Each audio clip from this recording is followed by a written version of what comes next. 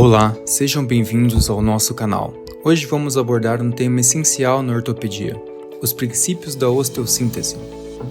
Nesse vídeo vamos explorar de forma aprofundada o conceito da osteossíntese, abrangendo suas definições, como tratamento cirúrgico de fraturas, com o objetivo de consolidação óssea, passando pela sua rica história e evolução, a filosofia do grupo AO, que revolucionaram a área e as diversas técnicas empregadas na prática ortopédica moderna. Também discutiremos detalhadamente suas aplicações práticas, abordando casos clínicos e exemplos que demonstram como esses princípios são aplicados no dia a dia de um ortopedista, com enfoque na melhora contínua dos resultados dos pacientes. A osteossíntese no contexto ortopédico especializado é definida como a intervenção cirúrgica voltada para o tratamento de fraturas, utilizando técnicas que garantem a restauração da continuidade óssea e promovem a consolidação óssea definitiva. Seu objetivo primordial é restabelecer a função mecânica do osso afetado, preservando ao máximo a biologia local, o que inclui suprimento sanguíneo e o periósteo. Além disso, a osteossíntese abrange princípios biomecânicos que visam a estabilidade relativa ou absoluta, dependendo do tipo de fratura e da condição do paciente. Ela envolve o alinhamento e a fixação dos fragmentos ósseos, utilizando diferentes técnicas e materiais. A importância da fratura dentro de nossa evolução. Desde o reino animal, a fratura representava uma condição de vulnerabilidade, reduzindo a capacidade de defesa e locomoção e até mesmo vida. No ser humano, as fraturas podem levar a uma incapacidade severa, em casos graves, até mesmo óbito. Os primeiros tratamentos datam do século XIX, quando os recursos disponíveis ainda eram extremamente rudimentares. Matérias como os fios e arame de marfim foram utilizados de forma experimental para promover fixação de algumas fraturas, geralmente associada a alto índice de complicações infecciosas e biomecânicas inadequadas. Essas técnicas iniciais foram precursoras de abordagens mais modernas, incentivando estudos que levaram ao desenvolvimento de material mais biocompatíveis e técnicas cirúrgicas baseadas a princípios biomecânicos e biológicos cientificamente fundados.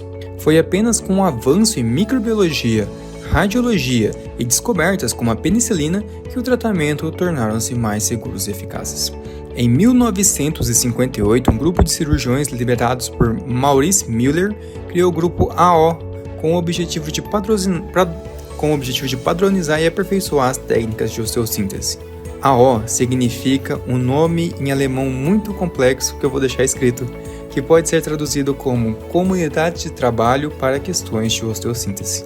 Os 4 pilares da AO é investigação científica, documentação detalhada de todos os dados relacionados, educação continuada e desenvolvimento de instrumentais padronizados.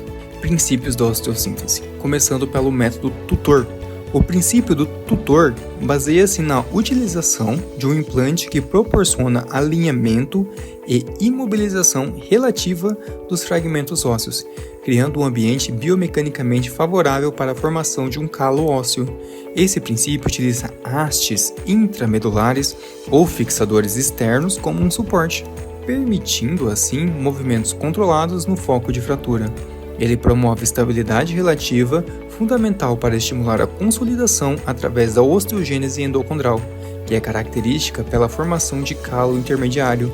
Na prática, esse método é amplamente indicado para fraturas diafragmárias de longos ossos, onde a mobilidade controlada é essencial para o sucesso terapêutico.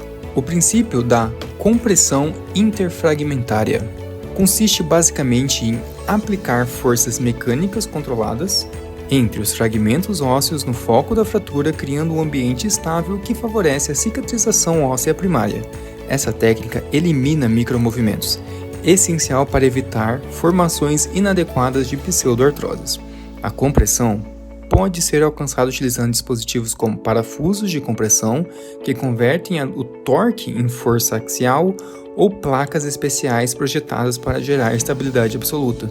Na prática clínica, é amplamente utilizado em fraturas articulares de regiões submetidas a altas cargas biomecânicas, onde a precisão do alinhamento é crucial para a reabilitação funcional.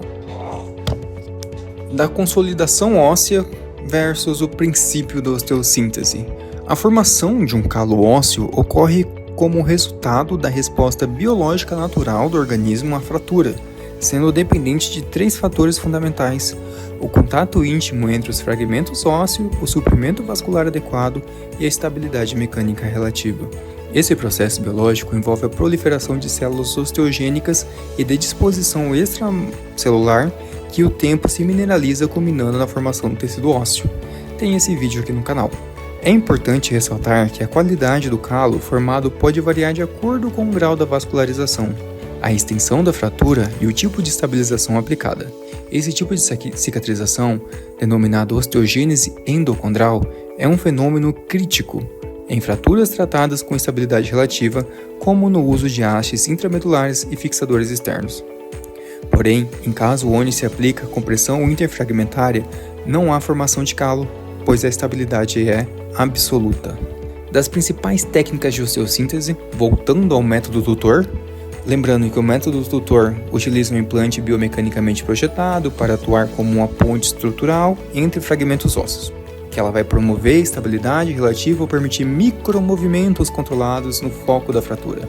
E é importante lembrar que essa abordagem favorece a formação de um calo ósseo por meio da osteogênese endocondral, otimização da cicatrização óssea ou respeitar a biologia local. Exemplos clássicos incluem hastes intramedulares e fixadores externos, que garantem alinhamento adequado para a redistribuição das forças mecânicas durante o processo da consolidação.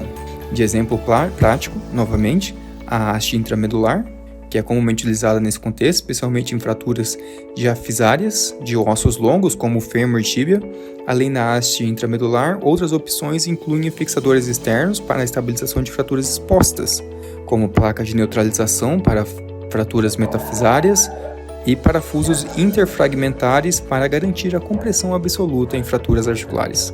A escolha do método depende da localização da fratura, biomecânica do osso e necessidades específicas da reabilitação do paciente. O parafuso de tração. E terceiro, a placa de neutralização.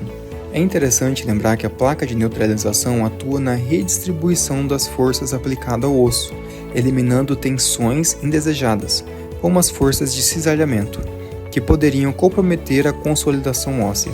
Essas forças ocorrem quando há tendência de deslocamento lateral entre os fragmentos ósseos, o que pode dificultar a formação de ponte óssea e levar a um retardo na consolidação ou pseudoartrose. A placa de neutralização é frequentemente utilizada em fraturas transversais ou oblíquas curtas, onde a carga axial é predominante, sendo aplicado um conjunto de parafusos interfragmentários para garantir uma fixação estável e biomecanicamente eficaz. De exemplo prático, placas são utilizadas em fraturas do fêmur, sendo particularmente indicada em fraturas diafisárias transversais e metafisárias instáveis. Além disso, as placas de compressão dinâmica podem ser empregadas em fraturas oblíquas, promovendo compressão interfragmentária. Em fraturas articulares, placas bloqueadas garantem a estabilidade angular, essencialmente para preservar alinhamento e evitar artrose pós-traumática. Placas de ponte são usadas para fraturas cominutivas, permitindo a preservação da vascularização dos fragmentos intermediários, favorecendo a consolidação biológica. A escolha do tipo de placa e sua aplicação dependem do padrão da fratura, das cargas biomecânicas envolvidas e das necessidades específicas da reabilitação do paciente.